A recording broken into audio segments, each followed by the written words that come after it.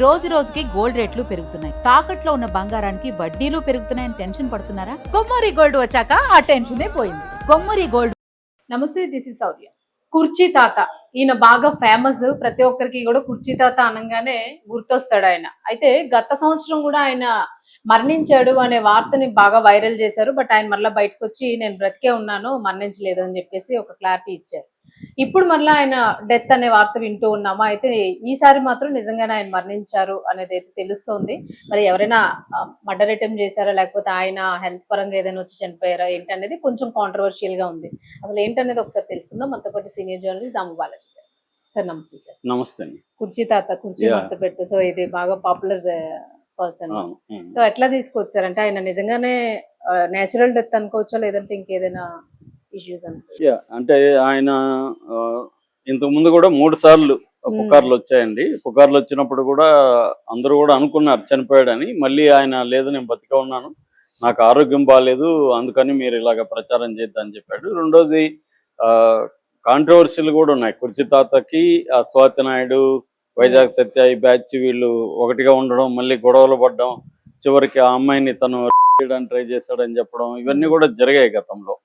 So ఆ నేపథ్యంలో నిన్న సాయంత్రం అరౌండ్ 5 o'clock ఆ ప్రాంతంలో కృష్ణకాంత్ పార్క్, ఇక్కడ అమీర్పేటలో ఉంటుంది, యూసఫ్ గూడ పక్కన బస్తీ దగ్గర. సో ఆ కృష్ణకాంత్ పార్క్ లో ఈయన అపస్మారక స్థితిలో పడిపోయినాడని, సో అది చూసి వైజాగ్ సత్య వాళ్ళు అక్కడ చూసి అతన్ని తీసుకొని కృష్ణానగర్ లో వాళ్ళ కూతురు మహబూబ్ సుల్తానా అని వాళ్ళ కూతురు ఉంటుంది, వాళ్ళ కూతురు ఇంటికి తీసుకెళ్లారని, అక్కడ భార్య ఆసియా సుల్తానా ఆమె ఒళ్ళోనే చనిపోయాడని ఆమె కూడా ఏడుస్తూ చెప్తుంది.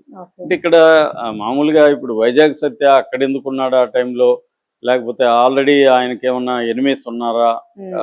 ఎందుకంటే ఆయన కొంత నోటి దూల మనిషి కాబట్టి గొడవలు, పైగా మందు తాగేసి గొడవలు చేసుకోవడం ఆయనకు అలవాటు కాబట్టి, అలాగే ఎవరైనా ఉన్నారా? సో ఎందుకు అక్కడికి పోయి ఆ టైంలో చనిపోయాడు అనేది ఇప్పుడు ఒక మిస్టరీగా మారింది.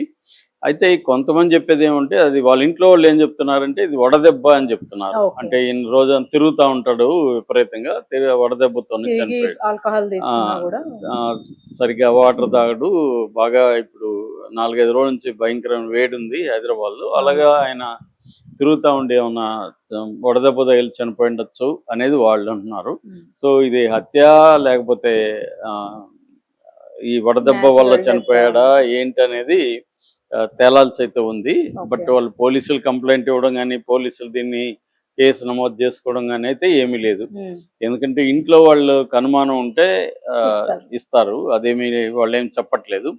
సో బేసిక్గా ఏంటంటే, మనం కుర్చీ తాత గురించి ఎందుకు మాట్లాడుకోవాలంటే, ఇవాళ ఉన్న మీడియా అనేది ఎవరిని పాపులర్ చేస్తుందో, ఎవరిని అన్పాపులర్ చేస్తుందో, ఎప్పుడు చేస్తుందో మీడియాకి కూడా తెలియదు. ఎందుకంటే కావాలని పని కట్టుకొని ఇతన్ని పాపులర్ చేయాలని మీడియా అనుకోదు. కాకపోతే ఏమైందంటే, గత కొంతకాలంగా ఈ సోషల్ మీడియా పెరిగినాక దీంతో ఇది ఒక పెద్ద మార్కెట్ కూడా. ముఖ్యంగా యూట్యూబ్ ఛానల్ వచ్చినాక, యూట్యూబ్ ఛానల్కి ఏంటంటే నిరంతరం వ్యూస్ ఉండాలి. నిరంతరం వ్యూస్ ఉంటేనే గూగుల్ యాడ్స్ వస్తాయి. గూగుల్ యాడ్స్ రావాలంటే, వ్యూస్ రావాలంటే ఏం చేయాలి? జనం ఏది చూస్తారు? జనంకి కొత్త కొత్త content, sensational content, dramatic content, controversial content ఇస్తూ రావాలి. ఈ క్రమంలో అన్నీ అయిపోతుంటాయి కదా, అన్నీ అయిపోతాయి. లేకపోతే దాన్ని ఏమంటారు, ఎక్కువ ఛానళ్ళు ఉంటే డిస్ట్రిబ్యూట్ అయిపోతాయి. అందుకని ఇన్నోవేటివ్ వర్క్ చేయడం మొదలు పెట్టారు ఛానల్స్. సో భిక్షగాళ్ళని ఇంటర్వ్యూలు చేయడం అనే అందులో ఒకటి అనమాట. సో ఒక ఛానల్ ఫస్ట్ భిక్షగాళ్ళని ఇంటర్వ్యూలు చేయడం మొదలుపెట్టింది. అది మొదలు పెట్టాక అందరూ పొలవమని ఇంకా భిక్షగాళ్ళని ఎత్తుకుంటూ కెమెరాలు తీసుకొని రోడ్ల మీద పడ్డారు. సో అలాగా ఈయన పరిచయం అయ్యాడు. ఈయన ఏంటంటే బూతులు మాట్లాడడం, ఆ కుర్చీని మడతపెట్టి అని ఇది చేయడం, అది బాగా పాపులర్ అయిపోయింది. సో ఈ పైగా ఈయన కొంత గట్టిగా మాట్లాడే నేచర్ ఉంది కాబట్టి ఇలా నిజానికి చాలా మంది బెగ్గర్స్ పాపులర్ అయ్యారు. మన దాంట్లో కూడా ఒక అమ్మాయి MBBS చదివిన భిక్షగత చాలా పోయింది, అది మిలియన్స్ పోయినాయి. అలాగా ఇతనిది కూడా ఒక రకం మన ఛానల్లోనే బిగినింగ్ ఫోకస్ అయ్యాడు. దాని తర్వాత ఇతను బాగా ఫేమస్ అవడానికి కారణం గుంటూరు కారం సినిమాలో ఆ కుర్చీని మడత పెడతాను మహేష్ బాబు సాంగ్. Song. అది నేను ఇందాక చూస్తే 78,70,00,000 వ్యూస్ ఉన్నాయి. సో ఆ 78,00,00,000 వ్యూస్ అంటే మామూలు విషయం కాదు. నిజానికి ఆ పాట కానీ వేరే వాళ్ళు ఎవరన్నా ఇచ్చుంటే వాళ్ళకి లక్షల్లో డబ్బులు వచ్చేవి. కానీ ఈయన ఆ మాట మాత్రమే వాళ్ళు తీసుకున్నారు. పాట వాళ్ళదే అనుకోండి, కానీ ఆ మాట వల్లే కదా ఆ పాట హిట్ అయింది. కానీ ఈయనకి బాగా డబ్బులు వస్తాయనుకుంటే ఏమి రాలేదు. తమ్ముని 1,00,000 రూపాయలు మాత్రం ఇచ్చాడు అనేది అప్పుడు ఆయన కూడా చెప్పాడు, నాకు 1,00,000 రూపాయలు వచ్చిందని. అదేమి ఆయన 4 రోజులు తాగేసి ఉంటాడు ఆ 1,00,000 రూపాయలు. రెండోది ఏంటంటే ఆయన కోరిక మహేష్ బాబుని కలవాలని. సో అది కూడా జరగలేదు. ఆయనకు ఆ కోరిక అలాగే ఉండిపోయింది. చాలాసార్లు చెప్పాడు కూడా. యాక్చువల్గా ఆయన అసలు పేరు షేక్ అహ్మద్ పాషా. సో ఆయన్ని కాలా పాషా అని కూడా పిలుస్తారు. 64 ఏళ్ళు ఇప్పుడు ఆయనకి. ఆయనది వరంగల్ జిల్లా కరీమాబాద్. అయితే 40 ఏళ్లకు ముందే పుట్టచేత పట్టుకొని హైదరాబాద్కి కుటుంబం వచ్చేసారు. ఆయనకి భార్య, ముగ్గురు కొడుకులు, ఒక పాప ఉంది.